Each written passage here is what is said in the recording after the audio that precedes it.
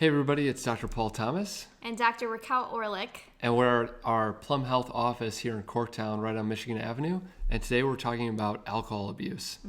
It's kind of a tough subject, it being Wednesday, the Wednesday before Thanksgiving. Biggest bar night of the year. Yeah, apparently a lot of people drink tonight, so we don't want to be a buzzkill, but I thought, we thought it would be an appropriate time to talk about alcohol. So here we go. How many drinks is it recommended that people consume in a day or in a week? So if you're over the age of 21, that's the start. Yeah, exactly. For women, you can have up to 1 drink a day, and then for men, up to 2 drinks a day. So that calculates to about 7 for women, and somewhere around 14 for men in a week. Yeah, exactly. So that's from the CDC, Center for Disease Control and Prevention, and that's their recommendation. And what's interesting is there's now a new recommendation that says that no amount of alcohol consumption is safe, right? Meaning that every time you drink alcohol, you're increasing your risk for a number of conditions. Yeah, so there's long-term chronic conditions that can develop from chronic alcohol use, including heart disease, high blood pressure. It can increase your risk of developing quite a few different types of cancers, mental health issues such as anxiety, depression. So those are just a few to name. Yeah, the cancers are, head and neck cancers. So usually people who develop throat or esophageal or even mouth cancers have either a high exposure of alcohol or tobacco. And then your risk of colon cancer and breast cancer also increase when you drink more alcohol. So, man, this is kind of a dark subject, but yeah, it's a heavy subject, but I think it's worth talking about because a lot of this isn't known and there's some misconceptions about, alcohol consumption and how much is safe. So let's talk about binge drinking. So what is the definition of binge drinking? For binge drinking, that's considered more than 4 drinks for women or more than 5 drinks for men in a 2-hour session. And also heavy drinking is considered more than 8 drinks per week for females and then more than 15 for men. So just 1 drink over than what was allowed by the CDC. But let's clarify really quickly, what is a drink or what is a serving of a drink? Because I think that's important because you could say, I have 1 glass of wine, but if your glass of wine is this big, that is probably a few are you getting 3 glasses of wine out of your bottle of wine? That's probably too much. Right, exactly. I guess like a 12-ounce beer is the easy one. A lot of beers come in a 12-ounce can or a 12-ounce bottle, so we're all pretty familiar with that. As far as like malt liquor, you're looking at 8 ounces. So if you're getting like the Mickey's or whatnot from the Stowe or whatever, that's what you're looking at. It's only 8 ounces. It equates to 1 drink. 5 ounces of wine contains, because it has like 12% alcohol content.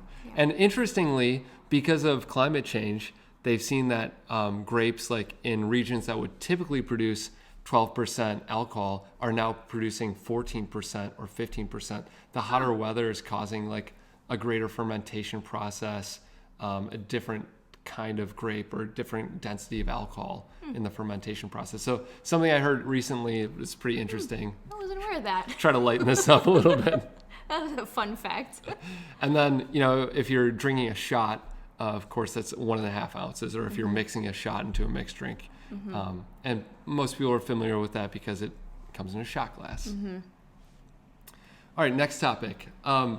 We talked about some long-term risks of alcohol consumption, but there's also short-term risks of alcohol consumption. You want to talk about those? Sure. So when we're thinking about short-term risks, we're talking about when you are intoxicated, what are the risks? So, of course, we're concerned about accidents, drinking and driving. Those are really important.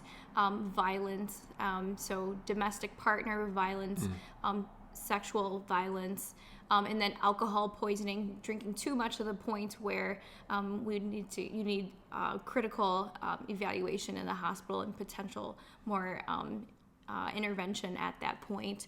And then, of course, if you were pregnant then there's the risk to the baby itself, increased risk of miscarriages as well. And of course, there's no safe limit of alcohol while you're pregnant. Right.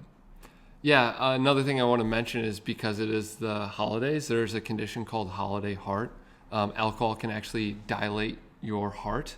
It can put a little extra stress on the muscle wall of your heart, and it can sometimes cause arrhythmias, which is pretty common. If you're getting like the 3, 4, 5, 6 drink range, you can start to feel these arrhythmias if you're drinking too much. And that's nicknamed holiday heart because people tend to drink more alcohol during like the, Wednesday before Thanksgiving, or the Christmas season, or New Year's Eve, that sort of thing. Those are typical times when people drink more alcohol than typical. Let's hit on alcohol withdrawal. Sometimes people drink so often, so consistently that when they don't drink, they have some withdrawal symptoms. So you want to cover those? Sure. So some of these symptoms can be very serious. It's called delirium tremens. And it can start within the first 2 to 4 days that you stop drinking. So after that, and some symptoms are anxiousness, sweating, shaking, pretty severe headaches, vomiting, nausea, and then sometimes people can develop seizures. So this is definitely very serious, and sometimes even death associated with the seizures and some of those type of complications.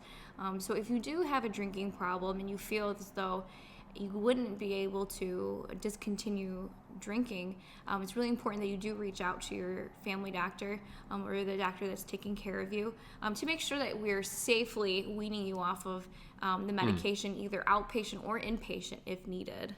Yeah, if you've been drinking for a really long time, it's not a great idea to quit cold turkey because you can experience withdrawal symptoms. So let's talk about what are some of those safe treatment options.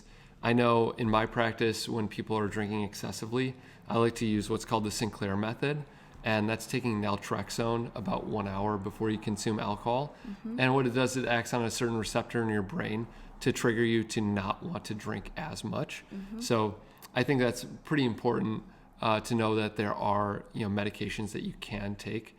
There's the tablet form. You have to take that every day before the typical time where you consume alcohol. There's also an injectable form, which is much more expensive, but it is available. And then beyond that, there's also helplines. Like you can call different 1-800 numbers. We'll actually read it right now, 1-800-662-HELP, and that's 1-800-662-4357. So if you're in a bad place and you need some help with alcohol consumption or issues around that, there are resources available to you. Additionally, AA is a really great organization that's nationwide. They always are running multiple meetings daily, so they do offer a lot of meetings.